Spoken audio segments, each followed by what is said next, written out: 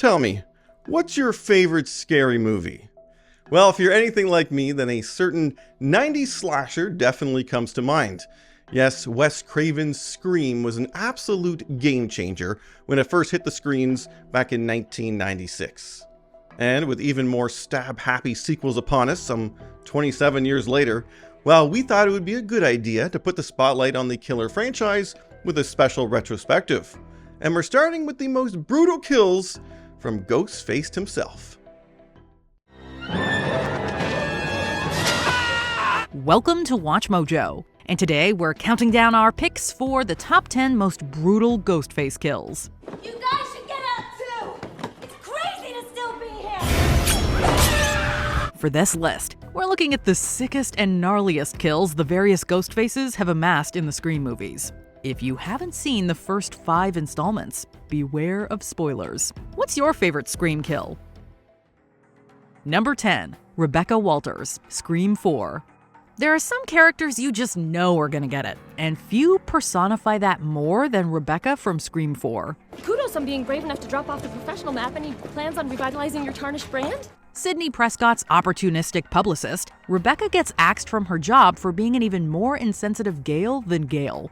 Unfortunately for her, Ghostface sees to axing her from life immediately after. You know, Rebecca, it doesn't sound to me like you're in the hospital. Sounds like you're in a parking garage. A dark and deserted parking garage. But if you want to be in the hospital, I'd be happy to put you there. Upon getting threatening calls from the killer in a parking garage, Rebecca tries to cut and run, only for Ghostface to do the same in a more literal sense.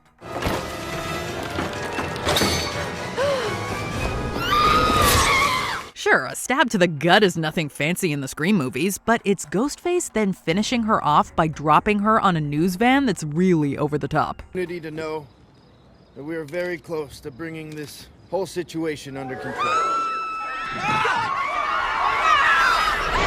That's a press conference statement if ever we've seen one. Number 9. Wes Hicks, Scream.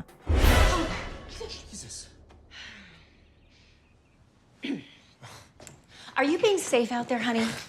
To the point that all my friends mock me, yes. 2022's Scream was the first installment without franchise director Wes Craven, who sadly passed away in 2015. So naming a character after him seemed appropriate. Just don't assume he's safe. We'll sit down at the station, and I'll tell you all about the 2 people I've killed. You've only killed one person. By the time I see you, I'll have gutted your baby boy. Unaware that his mother Judy has just been murdered in the front yard, Wes goes about the house until Ghostface appears to finish off the Hickses.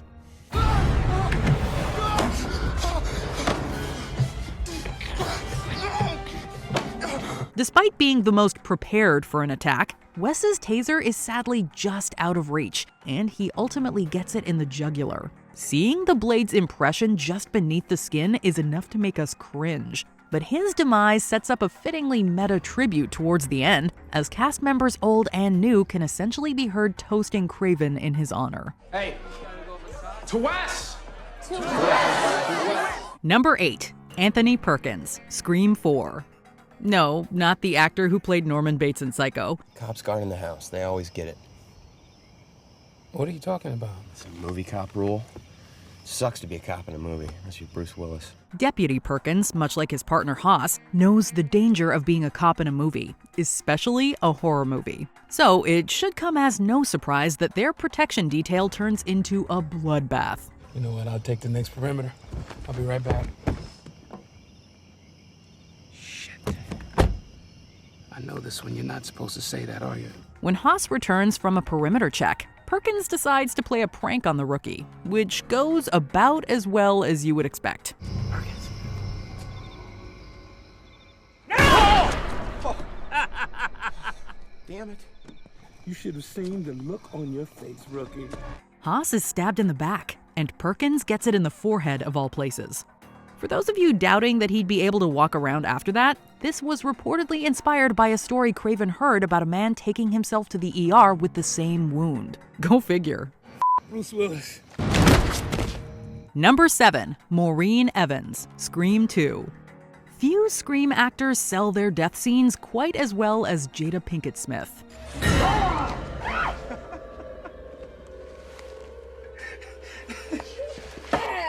In the first sequel, Pinkett Smith's Maureen and her boyfriend Phil Stevens attend a sneak preview for Stab, based on the events of the first movie. Oh, and speaking of getting stabbed in the head, Phil gets quite the surprise himself in the bathroom stall. Listen, Mommy. Listen, Mommy. With everyone else wearing masks, Maureen doesn't think twice when Ghostface joins her wearing Phil's jacket. However, by the time she notices the blood, it's too late. Ghostface stabs Maureen 7 times, his actions obscured by the raucous moviegoers. Maureen eventually makes sure that everyone knows what happened through a wail for the ages. Number 6. Tom Prince, Scream 3. A good bulk of the franchise's kills are executed through some form of stabbing, but this being the concluding chapter in a trilogy, we knew to expect fireworks.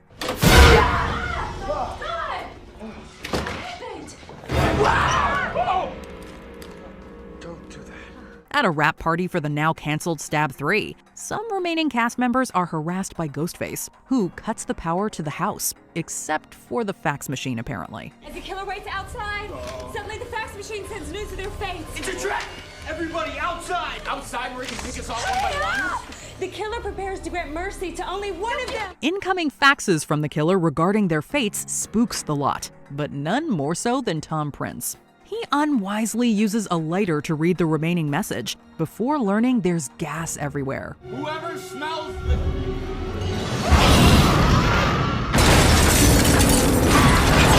In practically an instant, Tom and the house at large are blown to smithereens, proving this Ghostface is perhaps deadliest of all.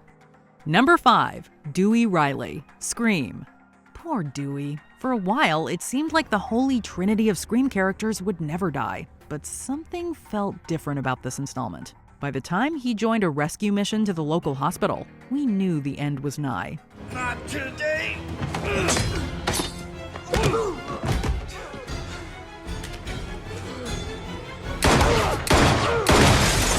Thankfully, Dewey and Sam are able to save the latter's sister Tara and even put Ghostface down for the count.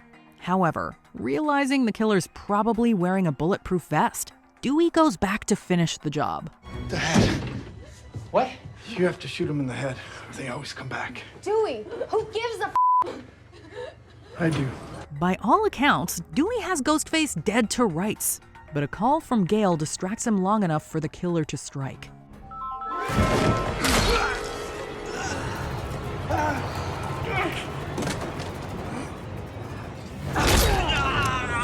Yes, today.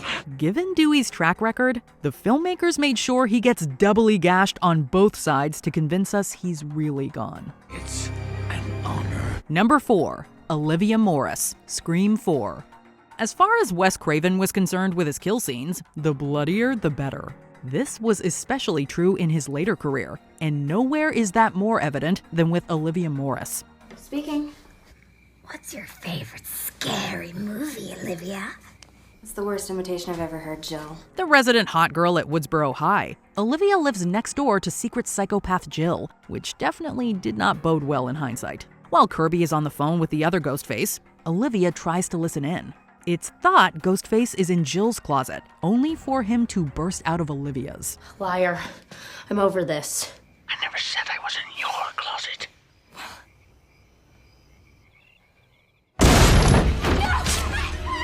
With Kirby and Jill half helpless to watch, Olivia is put through the absolute ringer, thrown all over the room and stabbed everywhere, even the hand. By the time Sydney arrives, the walls are dripping blood, and Olivia's insides are outside.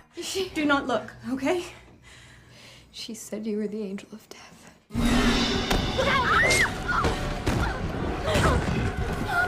Number 3. Tatum Riley, Scream. One of the most famous deaths in Scream history. Tatum's comes at the climactic party when she's sent to fetch more beer from the garage. Hey, grab another beer, would you? Am I the beer wench? Proving you should never go off by yourself, Tatum is subsequently locked in and confronted by Ghostface. Oh, you want to play psycho killer? Can I be the helpless victim? Okay, let's see. No, please don't kill me, Mr. Ghostface. I want to be in the sequel. Upon realizing the danger, Tatum actually holds her own for a bit, but it's when she tries to escape through the cat door that she's really doomed. With Tatum stuck, all Ghostface needs to do is press a button, as the former is lifted and crushed at the top of the garage door.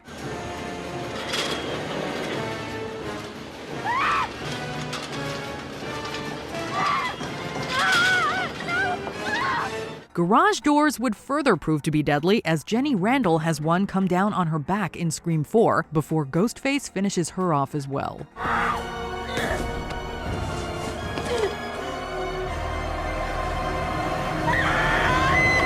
Number 2. Officer Richards, Scream 2. You'd be forgiven for forgetting about Officers Richards and Andrews, seeing as they don't have many lines in Scream 2. But you probably remember the former's death. And which one is Kevin Costner? The one on the right is Officer Richards. He is a Capricorn, divorced father of 2. And the one on the left is Officer Andrews. He is a Gemini, single, but I think he's gay. Assigned to watch over Sydney, Richards and Andrews eventually attempt to escort her and her roommate Hallie to a safe location, only to be attacked at a red light by Ghostface. So where are you taking us anyway? If we tell you, we'll have to kill you. After the killer slashes Andrews' throat, he takes control of the vehicle and runs over Richards. Richards tries to hang on to the hood of the car, but it crashes into a construction site, sending a stray metal pipe straight through his head. It's a pretty terrible demise, and one almost out of Final Destination, but it never fails to get us. Is he dead? I don't think so. Number 1. Casey Becker, Scream. You never told me your name. Why do you want to know my name? I want to know who I'm looking at. This death would already be shocking for the Drew Barrymore of it all, but the opening also makes sure to get us with a good amount of gore too. In fact, both deaths are so brutal that shots of the bodies had to either be trimmed down or sped up to avoid an NC-17 rating. Lucky for you, there's a bonus round. But poor Steve, I'm afraid he's out. After her boyfriend is horribly disemboweled in front of her, Casey does her best to avoid the same fate. Alas, with her parents in earshot, she's stabbed and robbed of her voice.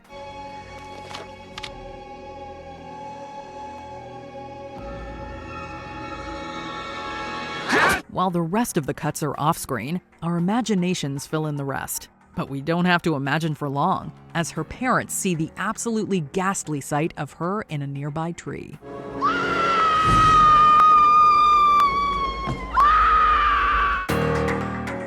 Okay, clearly the Scream films have no issues bringing the frights.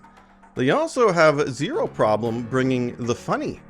Oh yes, these next moments are actually so funny, it's scary.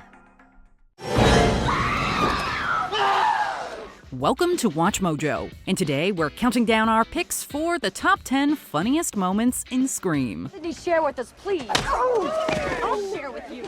Okay. Did you get that, Althea? For this list, we're looking at the most hilarious or downright cleverest scenes in this meta slasher franchise. If you haven't seen the first 4 films, there will be some spoilers. What's your favorite Scream reference? Number 10. Video store rant. Scream. Oh! Dork.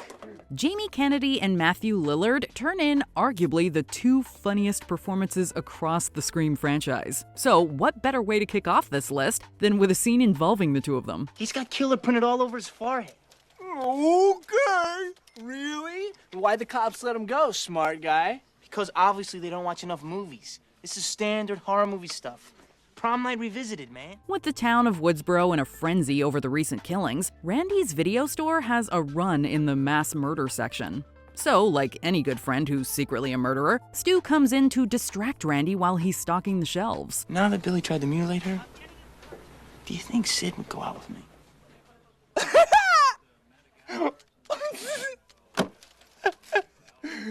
No, I don't at all. The dialogue in Scream movies is always at its best when characters are speculating whodunit, and this scene does not disappoint, as Stu's theories get Randy all riled up in the best way imaginable. There's a formula to it. A very simple formula. Everybody's a suspect. Number 9. Film class debate. Scream 2.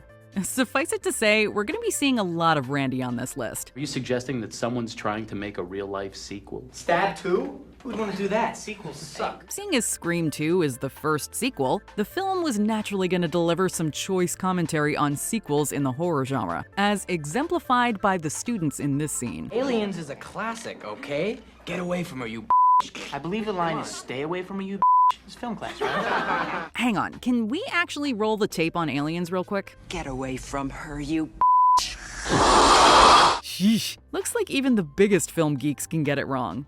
Anyway, this open debate is priceless and features small parts from some of the 90s biggest TV stars like Buffy herself, Sarah Michelle Gellar, and Joshua Jackson of Dawson's Creek fame. I got it, by the way. I got it. The Godfather, Part 2.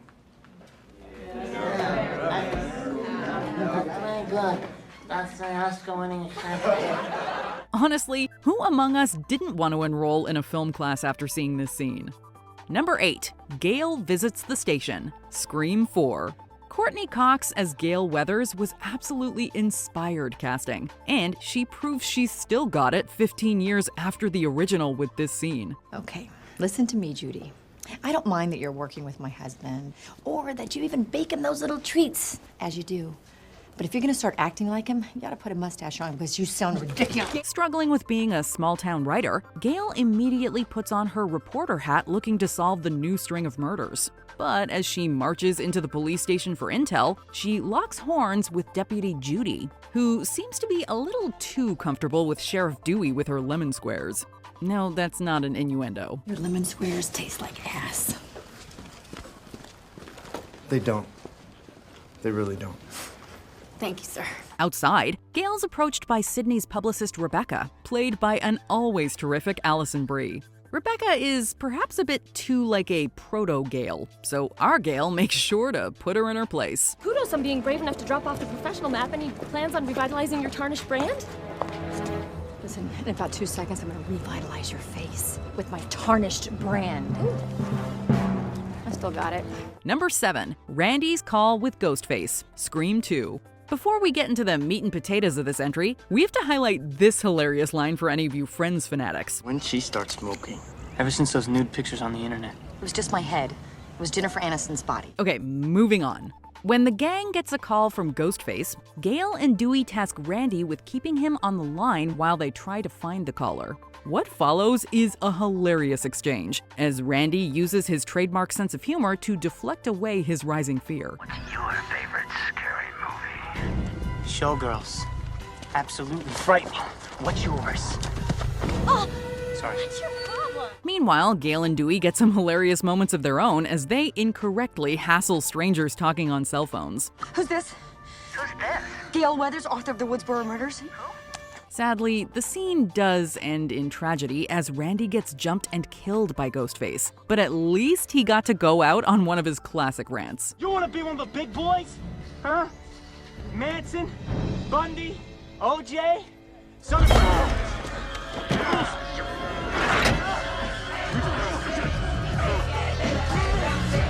Number 6. Movies within movies. Scream 4.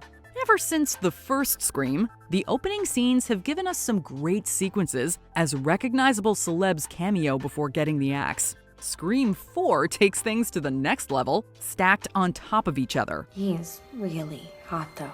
You want to see?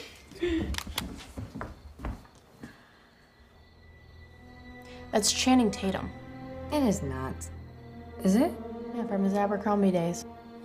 You were being punked. The first shows Lucy Hale from Pretty Little Liars and Shanae Grimes from 90210 getting texted and killed by Ghostface. But this turns out to be the opening to Stab 6, being watched by legendary actors Kristen Bell and Anna Paquin. I can't do it.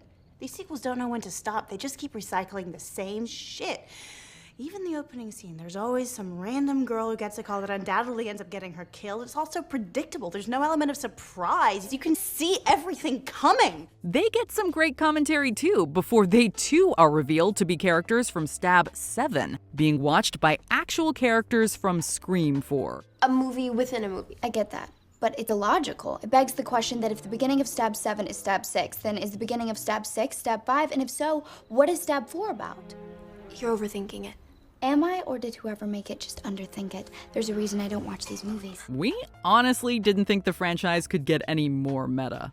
Number 5, Randy's postmortem video, Scream 3. Dude! Ah! Sorry. Martha. Oh my God. Hey, hold right there. Hey! Don't shoot, I'm only 17. Even from beyond the grave, Randy is too funny not to make an appearance. Prior to his death, Randy recorded an instructional video on the nature of film trilogies just in case he didn't live long enough to see a third killing spree. His sister Martha delivers the tape to Sydney, Gail, and Dewey, and immediately things take a turn for the comedic. If you're watching this tape, it means, as I feared, I did not survive these killings here at Windsor College. And that giving up my virginity to Karen Kolchak at the video store was probably not a good idea. Karen Kolchak? Yes, Karen Kolchak. Creepy Karen? Shut up! She's a sweet person, okay? We don't know exactly how Randy knew Dewey would interject exactly when he would, but we're not complaining. It honestly makes us wish Randy could have gotten the Dewey treatment and been shown surviving on a stretcher somewhere. But we guess any Randy is better than no Randy. So in closing, let me say, good luck, Godspeed, and for some of you, I'll see you soon. Because the rules say some of you ain't gonna make it. I didn't. Not if you're watching this tape. Number 4, Stu on the phone, Scream. Ghostface killers have always prided themselves on taunting their victims over the phone. So how great is it when Sydney manages to sneak away and put Billy and Stu on the other end of the line? Hello? Oh, Stu. What's your motive? Billy's got one. The police are on their way. What are you gonna tell them? Peer pressure. I'm far too sensitive. At one point, Billy takes the phone from Stu before slamming it down in anger, but the fake blood on actor Skeet Ulrich's hand accidentally caused him to hit Matthew Lillard with it, giving us this great improvised line. Hit me with the phone! Immediately after, Stu gets another hilarious line when he shows he's really not Ghostface material at his core. Did you really call the police? You bet your sorry ass I did. My mom and dad are gonna be so mad. Honestly, with a performance this good, we can see why so many fans have theorized that Stu actually survived having his head crushed by a TV. Number 3, Stab Clip, Scream 2. I don't get it. They get Tori Spelling to play Sid, and they cast Joe Blow Nobody to play me. At least you get David Schwimmer. With the fictional Stab movie recreating the events of the first Scream, you gotta know that screenwriter Kevin Williamson would have some fun getting even more meta. As much as we adore Heather Graham stepping into the Drew Barrymore role, the pièce de résistance has gotta be when Dewey and Randy watch a clip from the movie. Remember in the first movie when the characters talk about fan casting? Hey, Sid, just think, if they make a movie about you, who's gonna play you? I shudder to think. I see you as a young Meg Ryan myself. Thanks, Dewey. With my luck, they'd cast Tori Spelling. Well, they actually got Tori Spelling to play Sydney in Stab. And what follows is a hilarious beat-by-beat recreation of a scene from Scream, also starring Luke Wilson as Billy. That's the way the cookie crumbles. Moms leave. Yeah, your mom left town. She's not buried in a cemetery somewhere. My mom's dead and she's never coming back. Ever. We so wish we could have actually seen a clip of David Schwimmer playing Dewey.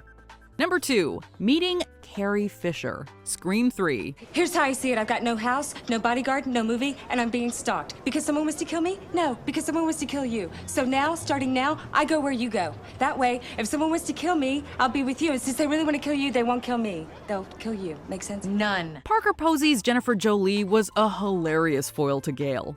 And gone too soon, we might add. But their best bit comes when their investigation brings them to a Carrie Fisher look-alike, played by the actual Carrie Fisher. Hey, are you... No. But you look just... Like her? I've been hearing it all my life. It's uncanny. I was up for Princess Leia. I was this close. So who gets it? The one who sleeps with George Lucas. Fisher was a titan of the industry. That much is common knowledge. But it's little scenes like these that make us love her even more, as she shows she wasn't above poking a little fun at herself, too. Would you work for the president? The president of the studio. $50? Who are you, a reporter for Woodsboro High? Scream 3 is often considered the weakest of the original trilogy, but it does make a case for the funniest. And though we never thought we'd say it, we have Carrie Fisher to thank for that. They're looking for Maureen Roberts. They're never gonna find her. Rena Reynolds, they will. Rena Reynolds. Stage name. You should talk, Judy Jurgenstern. Number 1. Randy explains the rules. Scream. It would not be a Scream movie without someone spouting off a new batch of rules, and this is where it all started. There are certain rules that one must abide by in order to successfully survive a horror movie. For instance, number 1, you can never have sex. Big no-no! Big no! I'm a dead man. Though we all know the standard horror movie rules now, and we probably did back in 1996, it was still a breath of fresh air to get a slasher movie where the characters were just as savvy as we are. Number 2, you can never drink or do drugs. Randy loves nothing more than to talk about the genre. While he can never seem to find the right audience, that doesn't stop him from letting his geek flag fly. Capping off the scene comes perhaps the best series of lines in any Scream movie, and is a great way to send us out on. Never, ever, ever, under any circumstances say, "I'll be right back," because you won't be back. I'm getting another beer. You want one? Yeah, sure. I'll be right back. With 6 films under its belt, not to mention a spin-off TV series, there has been no shortage of prominent actors appearing in the horror franchise. There have been so many, in fact, that chances are you forgot some. Well, let Watch Mojo refresh your memory. Anthony.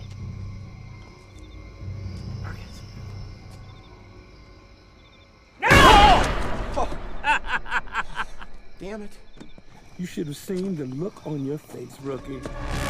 We bet you forgot these stars had roles in Wes Craven's horror classic. Hey guys, it's Phoebe from Watch Mojo. Today we're counting down our picks for the top 10 stars you forgot were in Scream. You are not alone, Sid.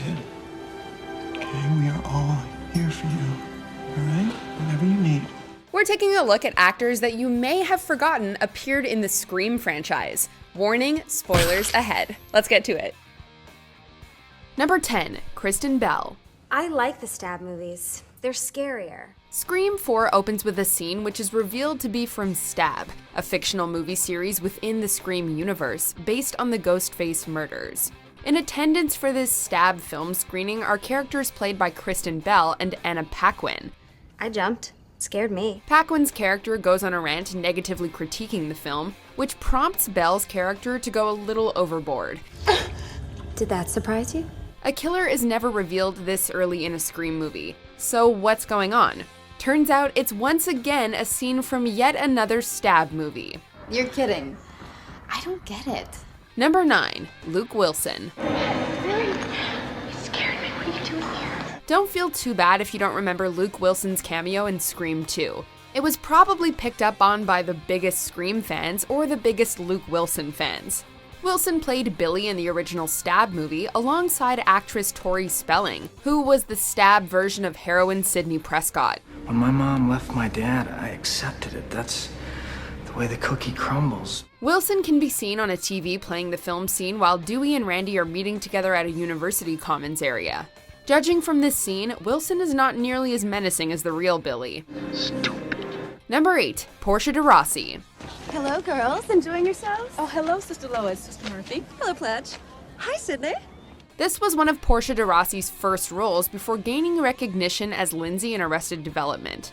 In Scream 2, she played Murphy, one of the Delta Lambda sorority sisters who tries to persuade Sydney to join her sorority. Because, Sid, we have our eyes on you. You hang in there, and if there is anything we can do, the Delta Lambdas are very sensitive to your plight. Though Murphy has a bubbly personality, she also comes off as shallow and insincere, which in turn pokes fun at sorority stereotypes and Greek culture. Hi! No, I really mean that. Hi. Hi. Only appearing in a handful of scenes, this was a pretty small role which didn't really have much of an impact on the film's overall plot. Number 7, Jason Mewes and Kevin Smith. In their Scream 3 cameo, Jason Mewes and Kevin Smith play Jay and Silent Bob, who are taking part in a film studio tour. Now, does anybody need a potty break? Yeah, me too. Okay, let go.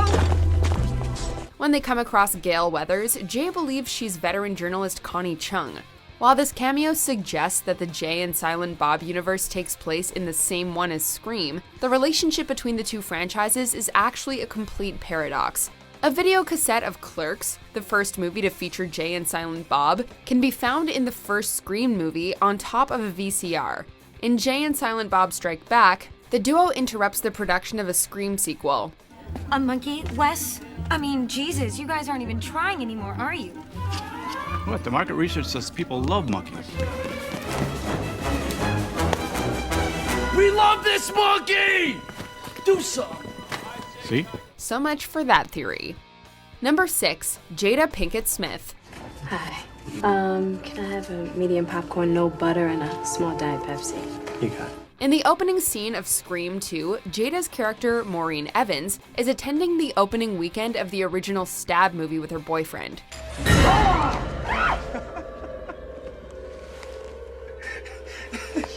Yes! I'm sorry, I had to, baby. What are you playing? Unfortunately, Pinkett Smith's time on screen comes to an abrupt end when Woodsboro's most notorious figure makes his return.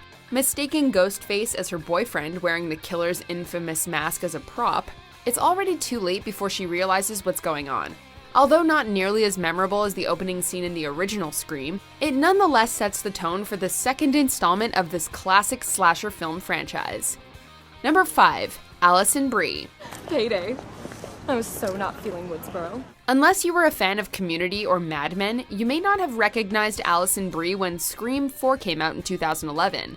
In this installment of the Scream franchise, Brie was Rebecca Walters, Sidney's assistant, who was not above exploiting tragedies committed in Woodsboro for publicity and money. Sidney. Accept your situation. You're a victim for life. So embrace it. Use it. Due to her shameless personality, Rebecca often got on everyone's nerves, hence becoming an obvious target for Ghostface.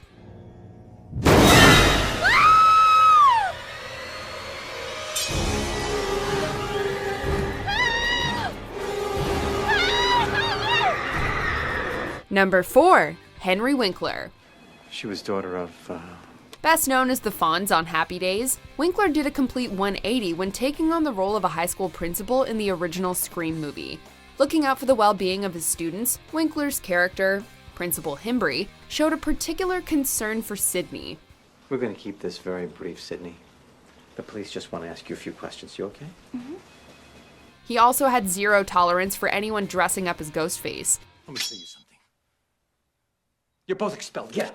Unfortunately, Principal Himbry meets his demise at the hands of the real Ghostface. Scream's screenwriter, Kevin Williamson, admitted that he killed off the character on the advice of producer Bob Weinstein, who believed that the screenplay had gone on too long without adding to the body count. Number 3, Carrie Fisher. So how can I help you? Or do you want me to tell you who you look like? Playing a bitter film studio employee in Scream 3, Fisher pokes fun at herself, which may have eluded fans who didn't recognize the actress, who played Princess Leia years after the original Star Wars trilogy was released. In this cameo, Gale Weathers remarks how Fisher's character, Bianca Burnett, resembled Carrie Fisher in a photo taken in the 1970s. Hey, are you... No. But you look just... Like her? This prompted Burnett to mention how she had auditioned for the role of Princess Leia and almost got the part. However, according to Burnett, the part only went to Carrie Fisher because she did the deed with George Lucas. I was this close. So who gets it? The one who sleeps with George Lucas. I'm sorry, I didn't mean to bring up a sore subject for you. Sure you didn't. None of them did. Number 2, Sarah Michelle Gellar. You can't blame real-life violence on entertainment. What? Wait a second. Yes, you can. Don't you even watch the news? Yeah, hello. A year before becoming Buffy the Vampire Slayer, Sarah Michelle Gellar was Cece Cooper in Scream 2. Gellar only appeared in a couple of scenes before she meets her end. Not much is known about Cece, except that she was a college student taking a film class and a member of a sorority, volunteering to stay in and offer sober rides for her sisters. Why do you always answer a question with a question? I'm inquisitive. Yeah, and I'm impatient. Look, do you want to leave a message for someone? Geller had a much bigger role earlier that year in I Know What You Did Last Summer, another horror movie also written by Scream 2 screenwriter Kevin Williamson. Sarah Michelle Gellar is the OG 90s Scream queen, so it only makes sense that she would appear in this franchise. Before we unveil our number one pick, here are some honorable mentions. Ring ring. Hello. Hello? Who's this? Who's this? This is Candy. Hang on, let me get some clothes. See, I don't understand why I have to start the scene in the shower. The whole shower thing's been done. Vertigo, hello. Just 1 second. I know you probably get this all the time, but I just wanted to say I'm such a big fan of your work. I just finished your book. I couldn't put it down. Insightful, probing. I just really, really loved your book. Thank you. Damn. Who is this? Who would you like it to be? I don't like games. Who is this? Look out back. Number 1, Liev Schreiber. Miss Prescott and I have a very complicated past. Believe it or not, Ray Donovan himself was in 3 Scream movies, though he didn't get much screen time in any of them. Schreiber played Cotton Weary, a man who was wrongfully accused by Sydney of murdering her mother, for which he was sent to prison. His first appearance in Scream was a brief cameo where he was shown in a news story playing on TV.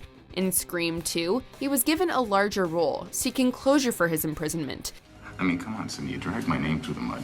Everybody thinks I'm some kind of psycho killer. Finally, in Scream 3, he comes face to face with Ghostface himself, although he unfortunately doesn't survive the encounter.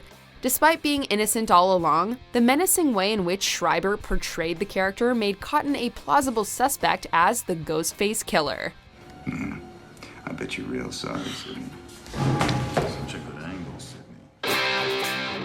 Alright, for our last video today, we're actually going to have a bit of fun and relive some of the moments characters in the Scream films made some not so smart decisions. Okay, they were straight up dumb decisions. Who's there? Who's there? I'm calling the police. Welcome to Watch Mojo, and today we're counting down our picks for the top 10 dumbest decisions in Scream. No, it's just, what's the point? They're all the same. Some stupid killer stalking some big-breasted girl who can't act, who's always running up the stairs when she should be going out the front door. It's insulting. For this list, we're looking at choices made by characters in this horror franchise that are ill-advised and have serious consequences. If you haven't seen the first 4 movies, here is your spoiler alert. What's your favorite scary movie? Number 10, trying to escape through the cat door. Scream.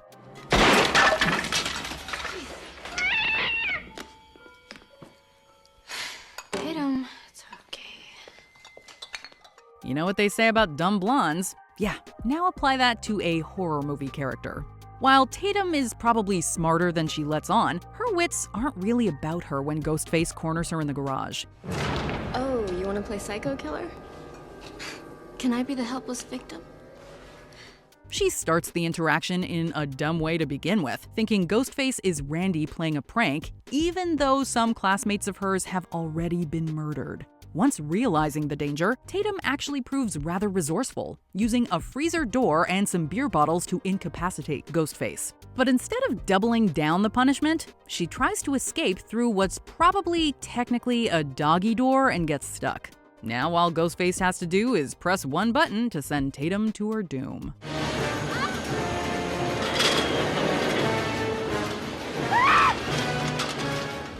Number 9, being bad cops. Scream 4. The cops guarding the house. They always get it. What are you talking about? It's a movie cop rule. Sucks to be a cop in a movie, unless you're Bruce Willis. Cops in horror movies are almost universally stupid, but Anthony Perkins and Ross Haas, yes, those are their names, take it to a new level. It's Olivia Morris. She lives next door. She's on the list. She can live next door to me.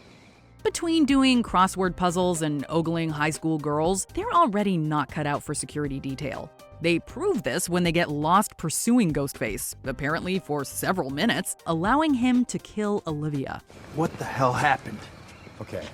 I saw him go into that yard 2 houses down right before. And I circled around to cut him off. And? And I met Hoss coming from the other Yeah, direction. no, he must have circled back around somehow. He's like a ghost. Somehow getting assigned to the same detail the next night, Perkins makes the idiotic decision to play a prank on Hoss when the latter returns from a perimeter check, giving Ghostface the perfect opportunity to ice the two. Now, this is why cops always die in movies. Damn it. You should have seen the look on your face, rookie. Number 8. Leaving Derek strung up. Scream 2. Isn't that a big frat faux pas? Oh yeah, that is a big no-no. See, you're not supposed to give your Greek letters to your girl. No shape, way, or form. The brothers are gonna kick his ass, but it's tradition. It's tradition.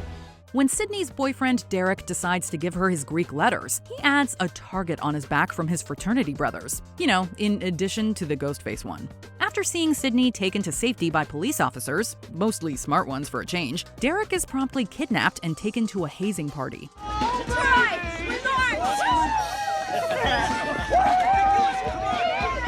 So romantic and so Greek. Using a prop used by the theater department, the brothers string him up and take to pouring beer down his shorts.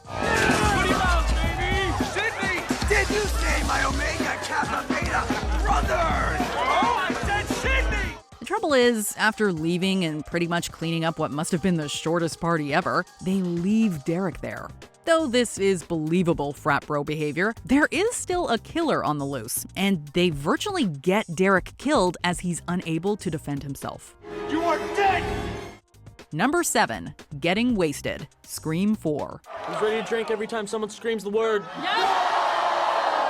Let's get this Stabathon started! Speaking of ill-timed parties, we don't see why anyone in the Scream universe would think of throwing one, and yet they always do. Heck, even Ghostface killers like Stu and Roman have been seen imbibing, knowing full well they'll be masking up soon. Still, the worst offender has to be Robbie from Scream 4, who, though less naive than his friends, still allows himself to get hammered at 2 different gatherings. My life is over. Worse yet, he decides to wander around the house alone, we guess to appeal to his live web stream? Yeah, what's the deal with that thing anyway? Okay, I'm a little drunk, so don't blame the internet connection. Whatever the case, he drunkenly fiddles with his headset long enough to give Ghostface an easy kill. That's better.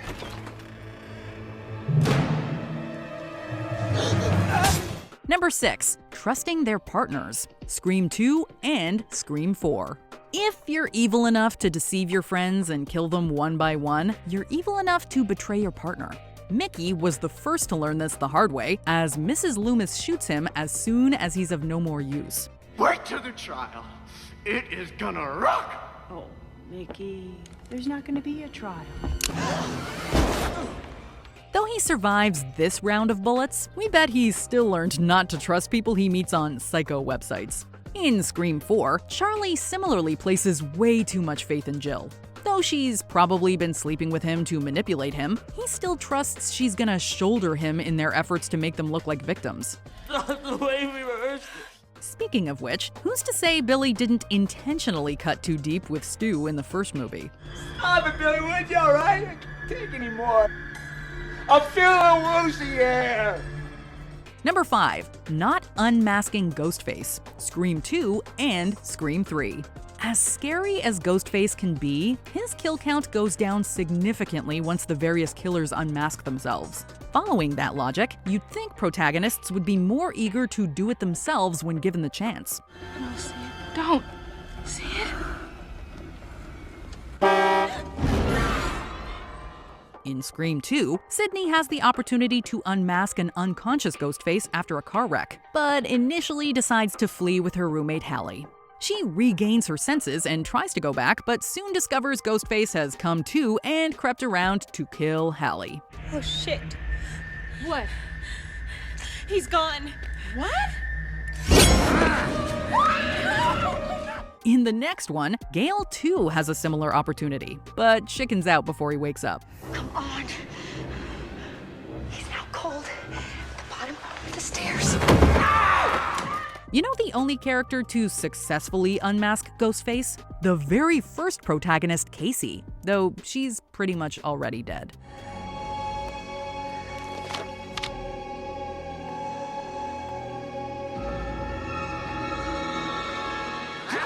Number 4. Letting teens party. Scream. Though the cops from Scream 4 are pretty terrible, we often forget how negligent Dewey is in the first movie.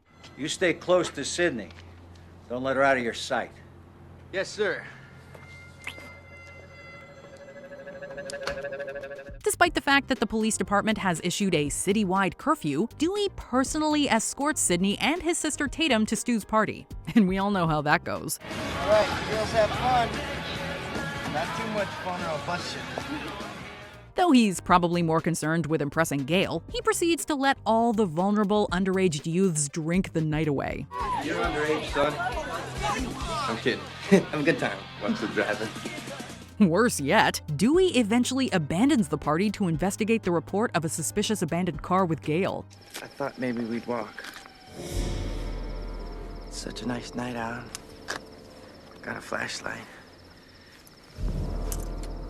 You're not scared, are you? As much as we love Dewey, based on his actions here, he probably deserved to have that knife plunged in his back. Number 3. Not killing Randy. Scream. Oh, there he is. I told you he's right around the corner. We all know about the countless times Ghostface killers have either failed or neglected to kill Sydney when they had the chance, but this is downright inexcusable. After all the nameless teens ditch the party to morbidly gawk at their dead principal, Randy, played by Jamie Kennedy, is left to finish watching Jamie Lee Curtis's Halloween alone. Behind you. Behind you, Jamie. Jamie, turn around. Oh, God, I didn't mean to turn around. Too drunk to defend himself, that whole thing, Randy should be easy pickings for Ghostface. Instead, Ghostface hears Sydney shrieking outside and attends to her when he could have easily made a quick cut anyway. Heck, even Billy largely misses later on what should have been an easily fatal point-blank shot. Thank goodness for those rules. Oh my God, Randy, I thought you were dead. I probably should be. I never thought I'd be so happy to be a virgin. Number 2. Accidentally revealing herself. Scream 4. Jill. You arguably came the closest to getting away with it all. You framed your ex-boyfriend, killed your partner, put Sydney down for the count, and staged the scene in a horrific display of self-mutilation.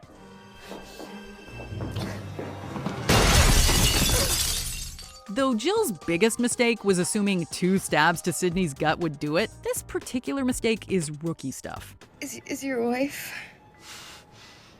She's gonna be fine. She's recovering. If I ever write a book one day, I'd want her to write it with me. We'd be a good team with our matching wounds and all. While recovering in the hospital, Jill references Gail's stab wound to Dewey. Though Dewey initially thinks nothing of it, it's Gail who puts 2 and 2 together. Why, she was stabbed in the shoulder? How did she know I was too?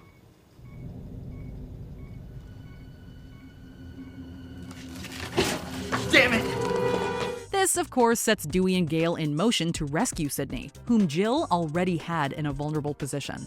And naturally, if you give people enough time, they will ultimately put you in your place. Can I just have one final word? What? Please?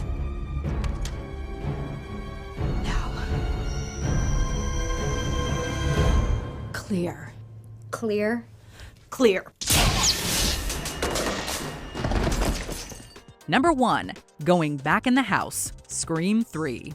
There are no characters in Scream dumber than Tom Prince. Sure, Derek does something similar in Scream 2, but he at least thought he was being heroic and lives. Why would anyone go back in that house anyway? Tom, on the other hand, does this out of fear and promptly dies. At a wrap party of sorts for the now-canceled Stab 3, Gail, Dewey, and the actors start getting threatening faxes from Ghostface. Keep in mind, this movie came out in the year 2000. Who will survive? Is it Jennifer, Tom, Angelina, Dewey, Gail? The killer will give mercy too? Like sane people, the group migrates to the backyard. But Tom's just gotta know what the end of the message says. I'm going back in, man! All right, everyone back! Stay together! He uses a lighter to read in the dark, only to realize the place is rigged to blow. Honestly, they probably all should have smelled the gas, right? Whoever smells the...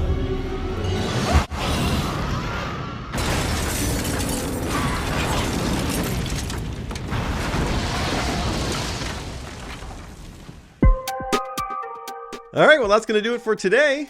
Gotta tell you, this has been a total scream. I've been Matt from Watch Mojo. I'll see you next time.